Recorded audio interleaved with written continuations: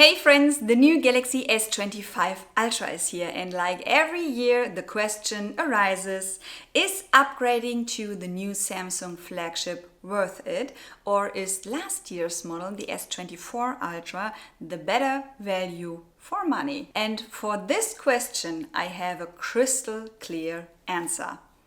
It depends. The S25 Ultra is the only one of the three new models from the S25 series that has received a redesign. Like the S25 and S25 Plus, it now has completely flat edges and somewhat more rounded corners, and aesthetically, I find the S25 Ultra exceptionally appealing. It looks modern and slim, and thanks to the rounder corners, I think it feels much better in hand than the S24 Ultra did. According to Samsung, the S25 Ultra is supposed to be 15% thinner than the S24 Ultra, which sounds like a lot, but in reality it's only 0.4 millimeters, and when you put the devices side by side you can't see any differences. The S25 Ultra is also 15 grams lighter, which I think is a nice development, and at 218 grams the S25 Ultra is now among the lightest smartphones in this size category,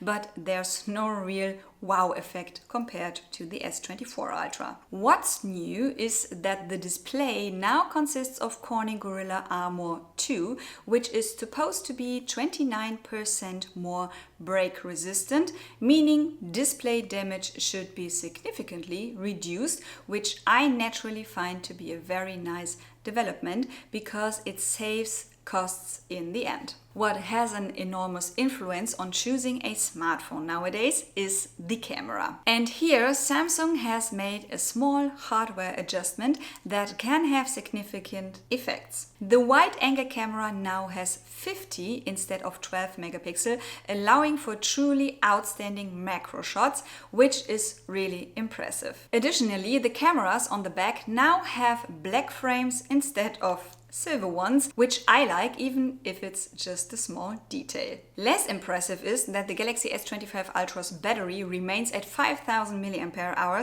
the same as its predecessor, and it still charges at 45 watts maximum. I personally had hoped for a bit more here, but the S25 Ultra comes with the new Snapdragon 8 Elite for Galaxy, which not only means a substantial performance boost over the Snapdragon 8 Gen 3 for Galaxy, but is also more battery efficient thanks to improved cooling performance. How long the battery actually lasts will need to be shown in daily use tests, but I was already getting through 2 full days with the S24 Ultra. The new processor is primarily designed to efficiently implement the new Galaxy AI functions, and this, alongside the few hardware developments this year, this is what's actually interesting. According to Samsung, Galaxy AI will become more intuitive, more deeply integrated, and more personalized. This is particularly evident in features like Now Brief,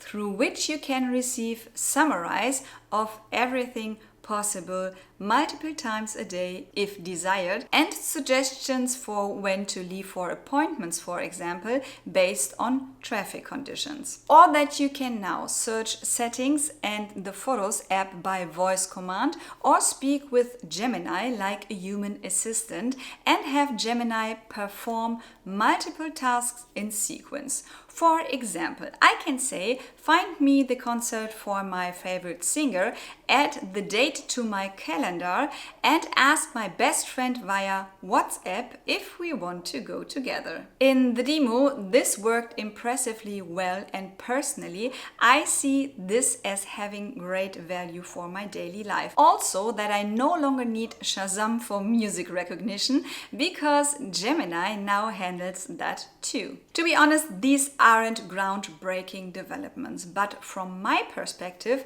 they're important and necessary steps steps to integrate AI beneficially into our daily lives. But friends, at this point, I need to be honest with you and say that up to now, upgrading to the S25 Ultra isn't worth it if you still have an S24 Ultra, because it's expected that the Galaxy AI features will soon come to at least last year's model, the S24 series. But I must emphasize again how great I think it is how Samsung is moving forward here and trying to integrate AI beneficially into our daily lives. I was expecting this from Apple. Whether they actually succeed in this and whether the features are really as useful and works as well as claimed, I will definitely test intensively and make a separate video about it. The only thing I would consider at this point is the stronger processor. If you say you want to use the new AI features intensively and incorporate them into your daily life,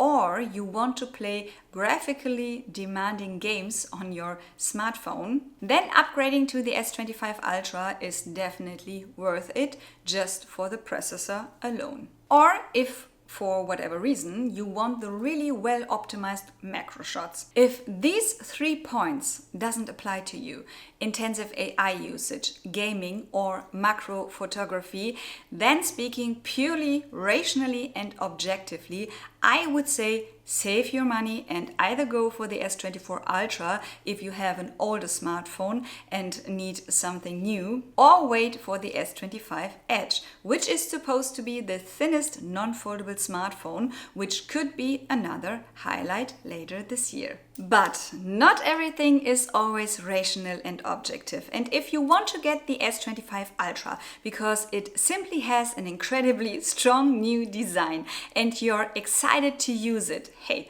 I'm the last person to judge you for that because I ordered it in titanium silver blue. With the link in the video description, you get the pre-order promotion with the latest discounts.